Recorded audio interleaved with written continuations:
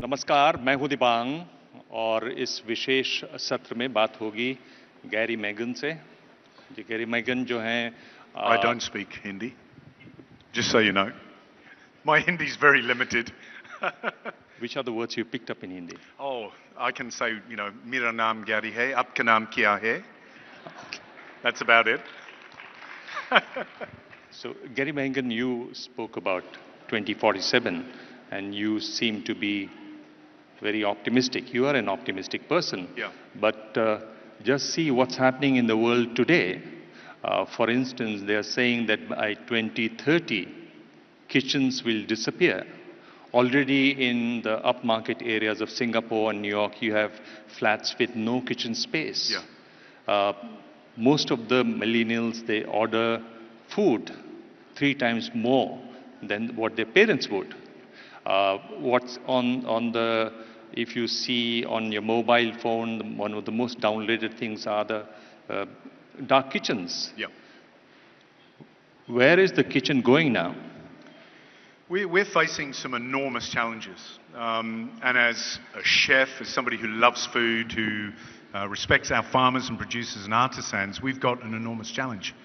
I think you're right. I think the world's changing so fast, most of us actually can't keep up. And the idea of the kitchen, the family table, disappearing is terrifying. And we've got some very real choices to make, I think. There's nothing more convenient, or there's nothing more wonderful in a sense of modern convenience. We feel like kings. This is something none of our parents or our grandparents would ever have dreamed of, to be able to tap into an app and get a delivery of something within 10 minutes. But I think we've really got to think about this. I think the decisions that we make now and the choices that we make as consumers are going to affect our planet and our environment more than we can possibly imagine. So the idea of a kitchen disappearing is terrifying. The idea of dark kitchens replacing the home kitchen, the idea of, and what we see now is, young families, young children sitting in front of the television, or worse, actually sitting in front of their own devices, completely detached from each other, and not being able to bond over a meal, breaks a cycle of humanity that's been in place for a millennium.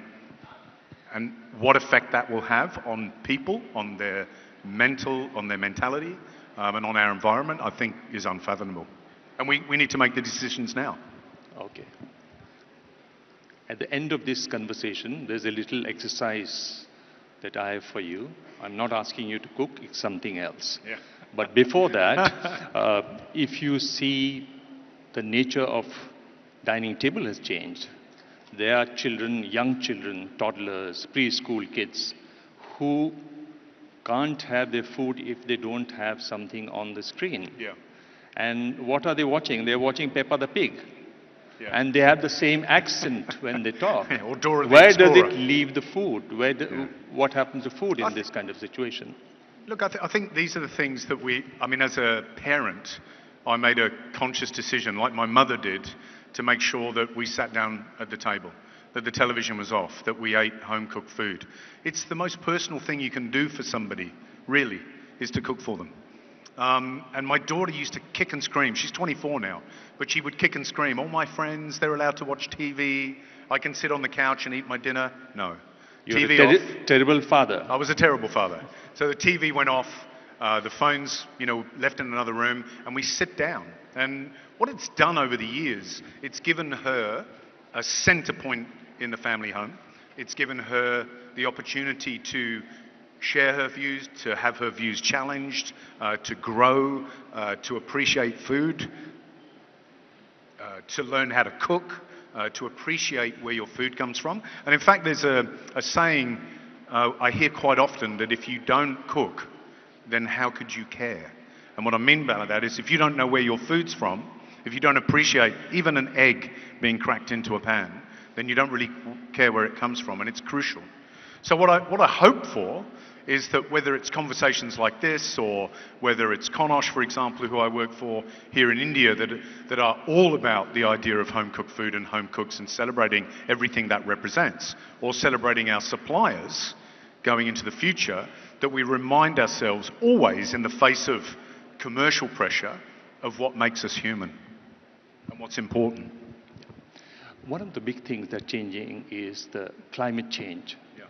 And because of climate change, crop patterns are changing. We know that in Sicily, vineyards are being replaced by crops of avocado, passion fruit, and lychees. Yeah. You talk about tea and tea from India, from Darjeeling. There are 500 acres of coffee plantation now because of climate change. Because of climate change, the grapes have become sweeter, more acidic. Lettuce is bitter. Apples are not that crisp. Where is food? I mean, how is it going to survive all this? I mean, there's nothing more certain than change, is there? I mean, that's what we know. I think what it's requiring from our farmers and producers, our artisans, is a greater adaptability, a willingness to change. The hurdles, obviously, like I talked about in the first address, is the fact that much of our agriculture is big agriculture. You know, we're buying our seeds, they're patented, we grow singular crops. There are very few varieties now of particular crops grown around the world. There might be 2 types of pig, 2 types of bananas, 5 types of coffee. Now the challenge then is that when climate changes, and it's very regional, it might change in Darjeeling, the whole crop is destroyed, or the challenge of growing that crop becomes huge. What, as an optimist, I look at is that we're recognizing this. There are people that are solely committed to bringing old strains, old seeds, new varietals in the face of these challenges to solve it. And the Year of Millets was a good example. You take an ingredient that had been cooked with for thousands of years, that was resilient, fairly low yield, based on modern strains of wheat or corn, for example, that may require less water or more water, depending on where you are, that may be more resilient in times of drought, but then in times of a drench, in monsoon. And you see these people championing that. There are seed banks that contain every seed that's ever existed on the planet. And they're there to be drawn upon. And even scientists now are seeing the value in that, and politicians too, governments too. So as an optimist, I think we'll solve it. I think we're okay. But I think the biggest challenge is to get the general public, it's us, to change. No, but Gary, if you see large cardamom, large cardamom, 90% of it was produced in Sikkim. But the streams are drying, Yeah. there are less rains, cardamom production has gone down considerably. Yeah. You have to consider that also. What do you do about that? Yeah. You need to adapt, you need to change. It happens in Australia. You have great periods of drought, great periods of wet. We're growing crops, quite honestly, that we shouldn't be growing in the areas we're growing. If we look back in history, climate has always changed. It's changed over a longer period than it's currently doing now, and nature has adapted in itself and man has adapted. This is what needs to happen. Yeah. So in an area that we may grow tea, and we expect that to be happening for the next 50 years, the sad reality, it's not true. We might have to shift that production to a completely different space or place. Yeah. You talk about history. So 1893, Chicago World Fair, they asked everybody to write an essay on food in 1993. And for the first time, people heard about food capsules. Yeah. Are you scared of food capsules? I'm terrified of food capsules. It's happening now, isn't it? I think people, I can walk into a pharmacist at home and half the shelves are full of vitamin supplements and protein supplements, and yet we're talking about whether people are cooking at home and eating a balanced meal, and the answer is probably not. And through convenience or commercial pressure, or possibly the idea that this is better for us than naturally grown, organic, delicious food of every variety, is a nonsense. I've been hearing this since I was a child. I remember watching a movie with Charlton Heston called Soylent Green. Terrifying. And it was about a little green strip of food that is everything people ate. I couldn't think of a world more terrifying, more bland, more soulless than without delicious and wonderful food. It's like life without art, or life without music, or life without love. I hope it never happens. One of the first films on food capsule was in 1930, called Imagine That. Yeah. One other thing that's happening is the food chain is being invaded by microplastics. Sure. Microplastics are causing cancer, hormonal disorders, Yeah. and there's no regulation to check the production of plastics. The estimate is by 2050, the production will go up by 3 times. UN has been trying for a long time. 100 countries have agreed to cut down production, but the oil-producing countries don't want it. Yeah. Do these things worry you? Solution?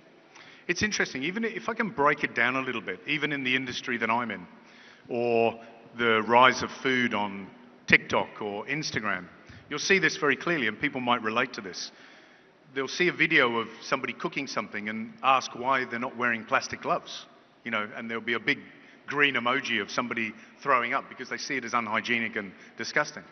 And I try to explain to people that as a chef, if I wore a pair of plastic gloves like a doctor does or a nurse every change of task, I probably, on average, would wear 60 pairs of plastic gloves in an 8-hour shift, right? You then multiply that over 20 or 30 chefs working in a kitchen, 20 or 30 front of house staff serving and working with plastic gloves on, and then multiply that by every restaurant and food production business in a region, in a city, and around the world, and those statistics become terrifying. And so, what is happening to us, and why are we thinking that way, and why do we continue to do exactly the opposite of what we know is the right thing to do?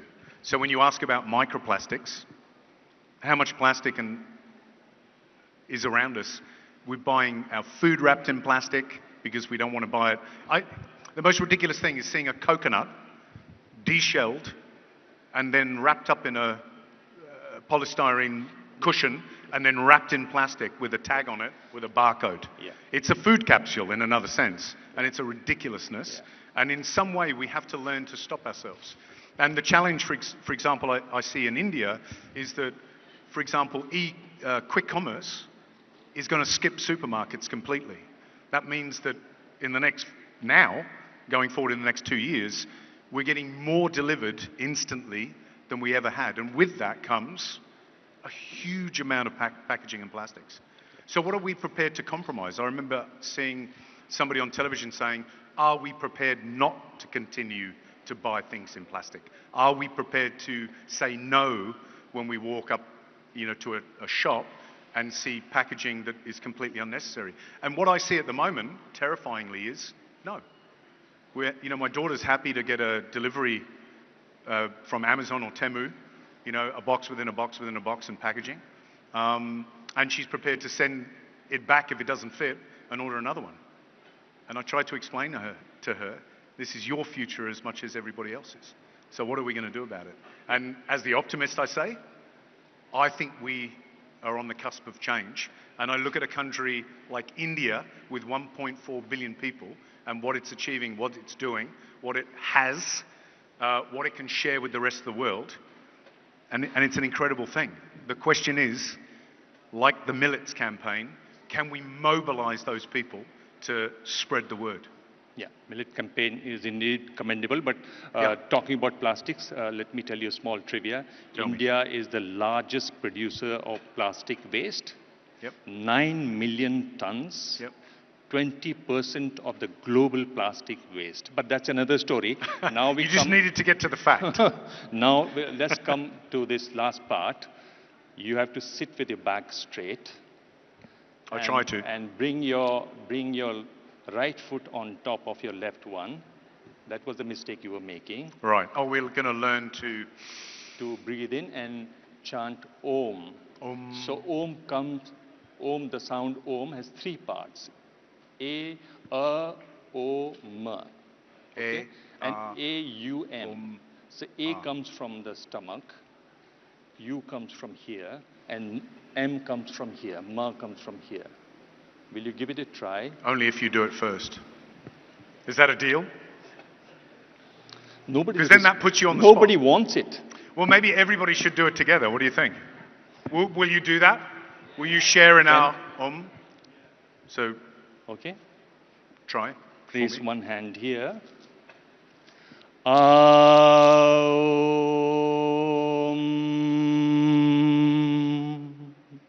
Aum. One more time. But if I'm going to do it, can everybody do it? Because I think that would be very special. Take a deep breath. Take a deep breath. Everybody, please. Please join him. Aum.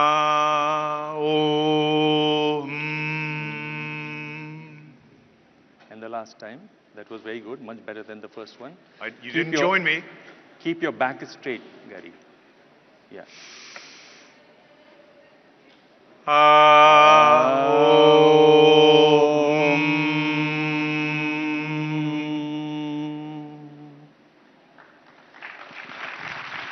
Gary Mehigan, thank you so much. Thank you very much. And thanks for joining me on that.